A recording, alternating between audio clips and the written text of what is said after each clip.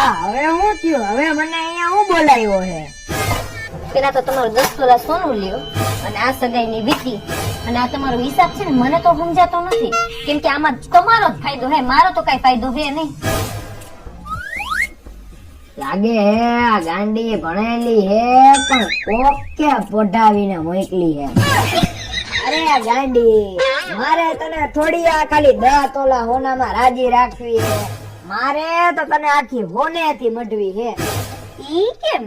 અરે એમ કે જેમ જેમ ભેવું વધશે એમ દૂધ વધશે અને જેમ જેમ દૂધ વેચાય એમ હર વર્ષે 10, 20, 30, 40 તોલા હોનું આવશે.